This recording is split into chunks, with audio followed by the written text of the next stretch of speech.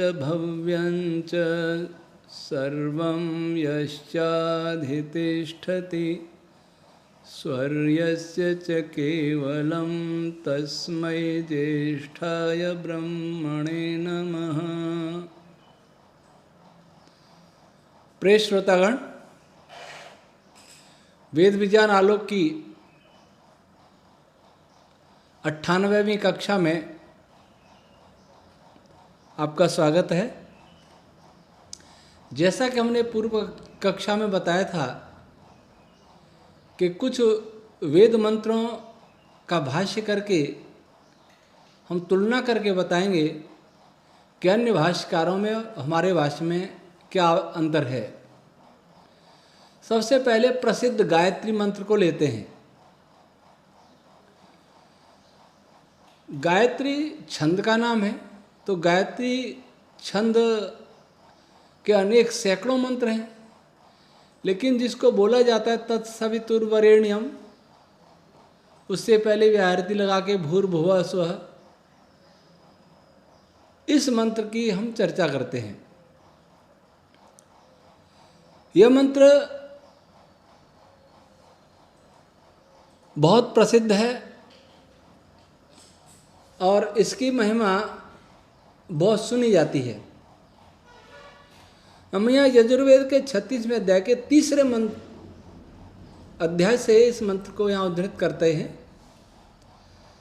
और उसका सबसे पहले हम आध्यात्मिक भाष्य करते हैं।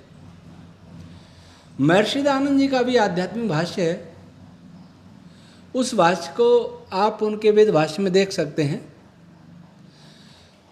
ये आपको जानकारी दे दें कि महर्षि दयानंद जी ने संस्कृत भाषा में भाष्य किया था और हिंदी जो भाषा है, जिसको ऋषि आर्य भाषा कहते थे, वो उनकी नहीं है। वो उनके साथ रहने वाले पंडितों ने बनाई है। तो कहीं कहीं उस हिंदी भाष्य में और संस्कृत भाष्य में बहुत अंतर भी है, लेकिन इस मंत्र के भाष्य में तो कोई अंतर नहीं है। मैं आपको संस्कृत की बात करूंगा केवल, फिर अपना भी भाष्य करूंगा। ऋषि दयानंद का भाष्य है, हे मनुष्यों, जैसे हम लोग कर्मकांड की विद्या, भू का अर्थ कर्म कांड की विद्या, भुवः का अर्थ उपासना कांड की विद्या, स्व का अर्थ ज्ञान कांड की विद्या को संग्रह पूर्वक पढ़ के यह जो न हमारी ध्येय धारणावती बुद्धियों को प्रचोदयात प्रेरणा करे, उस देवस्य कामना करने के योग्य सवितु समस्त ऐश्वर्य के देने वाले परमेश्वर के तत् उस इंद्रियों से न ग्रहण करने योग्य परोक्ष वरेण्यम स्वीकार करने योग्य वर्गः सब दुखों के नाशक तेजस स्वरूप का धीमहि ध्यान करें। वैसे तुम भी इसका ध्यान करो। इसके भावार्थ में लिखते हैं कि इस मंत्र में वाचक लुप्तोपमा अलंकार है। जो मनुष्य कर्म, उपासना और ज्ञान संबंधिनी विद्वान का सम्यक ग्रहण कर संपूर्ण ऐश्वर्य से युक्त परमात्मा के साथ अपने आत्मा को युक्त करते हैं तथा अधर्म, अनैश्वर्य और दुख रूप मलों को छुड़ा के धर्म, ऐश्वर्य और सुखों को प्राप्त होते हैं, उनको अंतर्यामी जगदीश्वर आप ही धर्म के अनुष्ठान और अधर्म का त्याग कराने को सदैव चाहता है। ये महर्षि दयानंद जी का भाष्य है।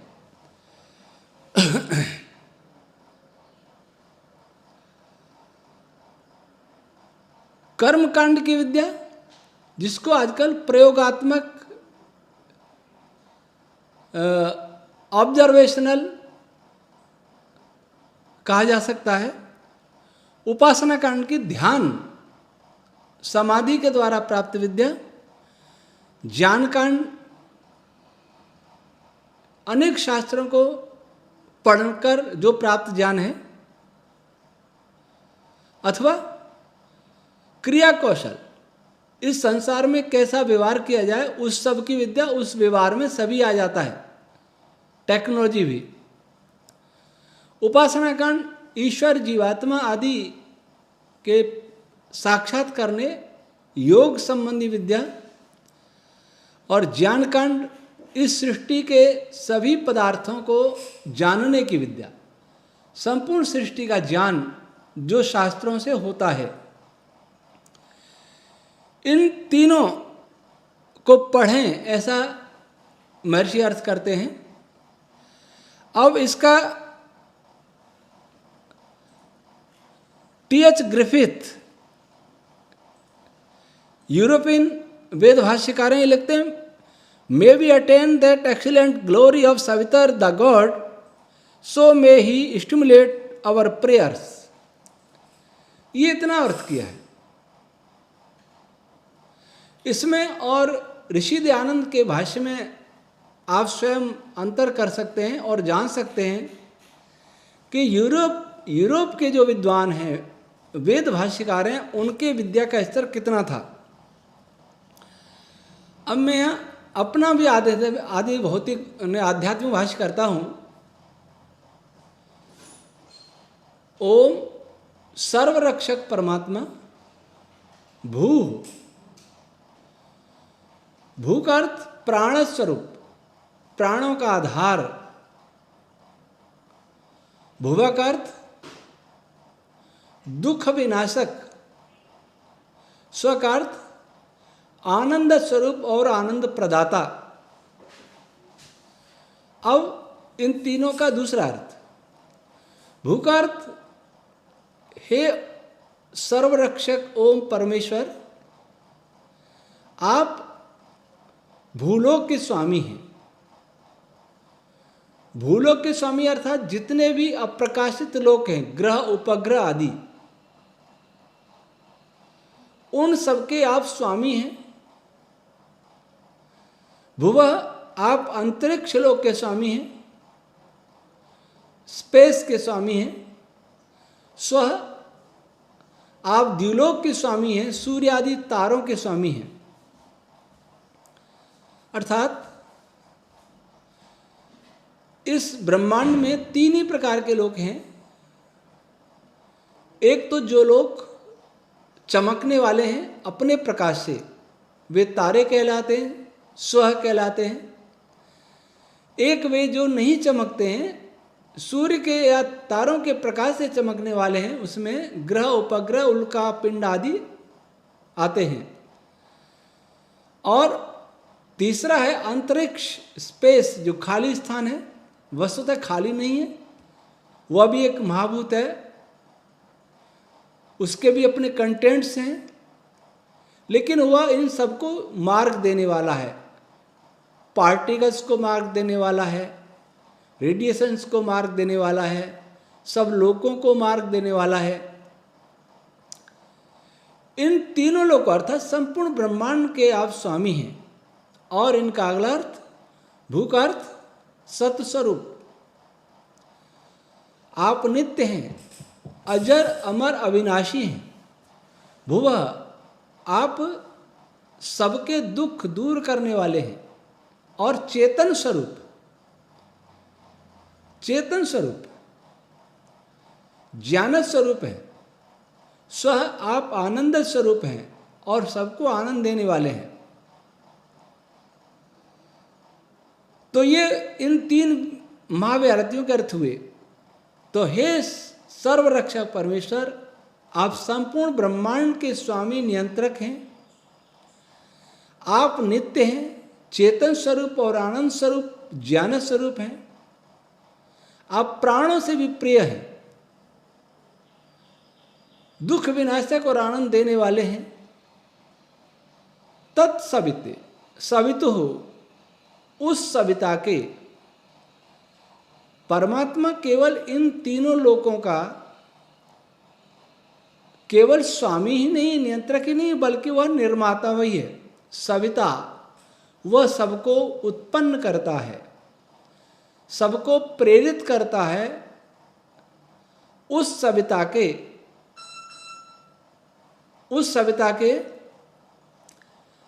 सविता देवता के, वह देवता भी है।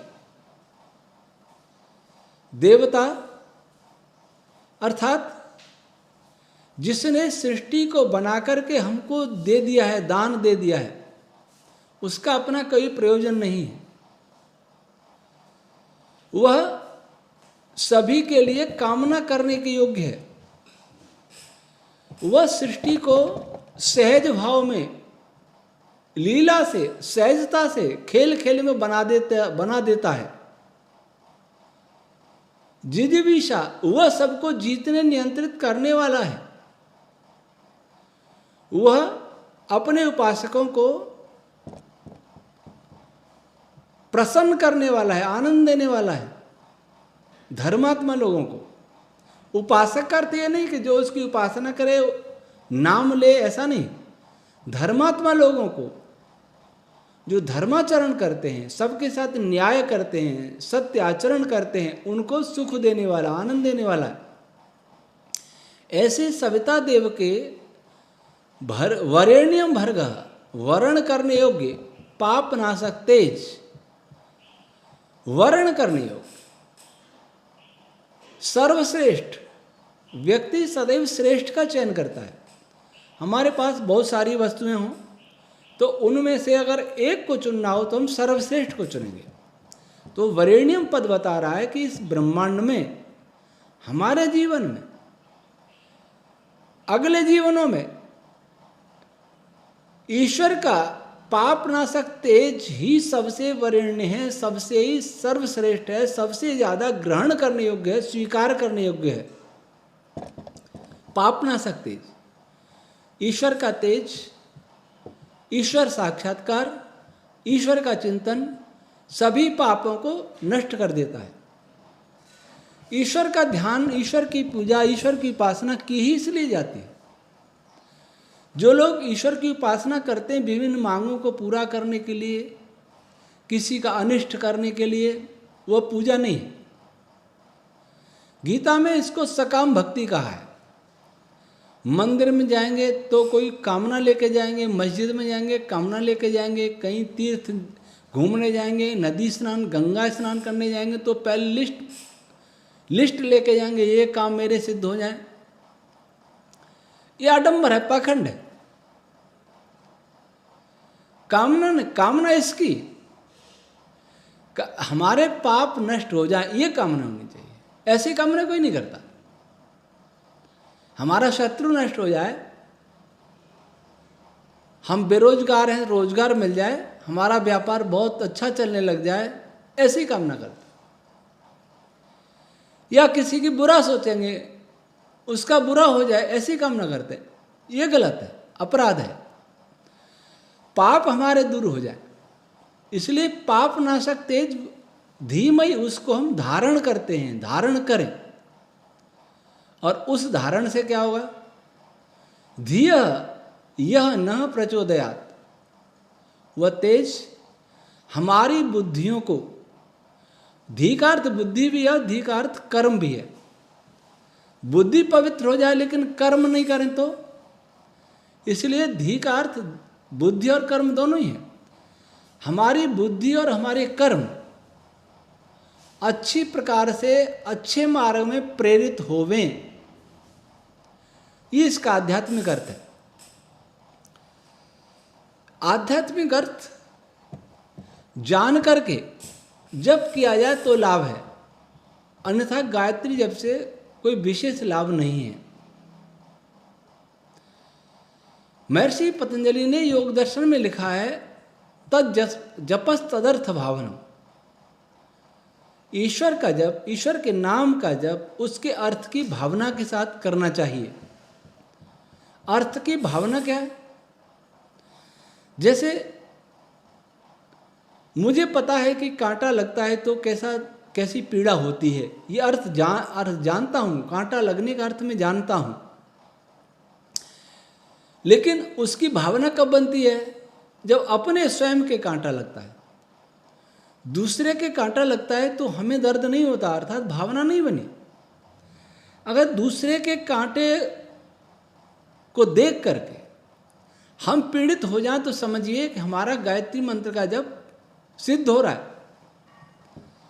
प्रायः देखते हैं कि दूसरों को दुख को देख करके मनुष्य सुखी होता है, सुख अनुभव करता है।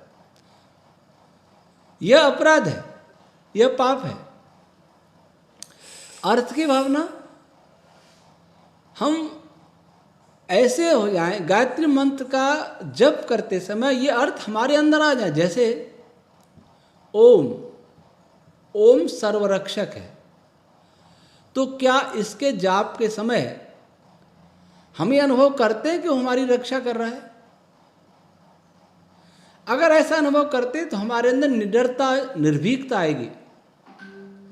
इसलिए तो कहा है ना वेद ने, तमेव विद्वान न विभाय मृत्यो। उसको जो जान लेते हैं वो मृत्यु से भयभीत नहीं होते। लेकिन आजकल योगी बहुत घूमते हैं। क्या उन्होंने भय को जीत लिया है? क्या वो ईश्वर को सदैव अपना रक्षक मानते हैं? क्या वो उसे प्राणों से ज्यादा प्यार करते हैं? प्राणों से भी प्रिय, भूगर्थ प्राणों से, क्या हम उसे प्राणों से प्रिय मानते हैं? क्या हम उसे नित्य मानते हैं? प्रातःकाल ध्यान लगाया, घंटा लगा लो, कोई 2 घंटा लगा लो, और उसके पश्चात वैसा ही व्यवहार किया संसार में जैसा ईश्वर को न मानने वाले करते हैं,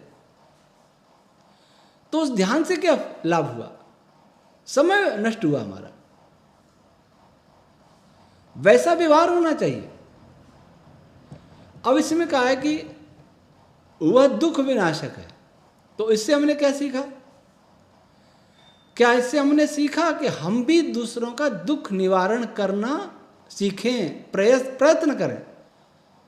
यद्यपि हम नहीं कर सकते हैं, सबके दुखों को दूर नहीं कर सकते, पर जितना हो सकता है प्रयास तो करें। फिर इसमें कहा कि ईश्वर सबका उत्पन्न करने वाला है।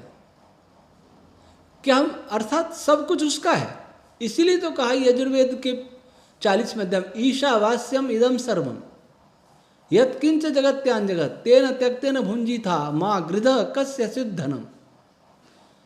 सब कुछ उसका है। तो क्या हम मान के चलते हैं कि सब कुछ उसी का है? सारा विवाद तो इसी का संसार में हो रहा है कि यह मेरा है, या मेरा है, मेरा है। लेकिन हमें हमारी संस्कृति, यजी संस्कृति से कहते इदन्नमम इदन्नमम इदन्नमम। तो इसलिए जप करें अर्थ की भावना के साथ। इस जगत को ईश्वर का माने, क्योंकि वही सविता है, वही नियंत्रक है। और पाप नाशक तेज का जब ध्यान करते हैं तो उस समय हमें अनुभव होना चाहिए, अपने पापों को देखना चाहिए, कौन कौन से पाप भरे, उनको याद करना चाहिए, निकाल निकाल के बाहर फेंकना चाहिए, नष्ट करना चाहिए कि आज से ये पाप नहीं करूंगा, ये पाप नहीं करूंगा। उस परमात्मा के उस तेज को हम धारण करें, तब हमें लगे कि हाँ, हम ईश्वर में हैं, ईश्वर हम में है, हमारे पाप दूर हो रहे हैं। हम दूसरों के पाप तो देखते हैं, अपने नहीं देखते। हम सबसे छुपा सकते हैं, लेकिन स्वयं से कभी नहीं छुपा सकते अपने पाप। ईश्वर से नहीं छुपा सकते और स्वयं से नहीं छुपा सकते। इसलिए किसी को मत बताओ, लेकिन स्वयं जानते हो उन पापों को निकालने को प्रयास करो। धीरे धीरे गायत्री मंत्र का जब पापों से दूर कर देगा तो बुद्धि भी अच्छे मार्ग में चलेगी, कर्म भी अच्छे ही करेंगे। तो ये गायत्री मंत्र का आध्यात्मिक भाष्य है। अब इसका आधिदैविक भाष्य, जिसको सामान्य भाषा में वैज्ञानिक भाष्य कहते हैं, उसकी चर्चा हम कल करेंगे। आज इतना ही। ओम शम।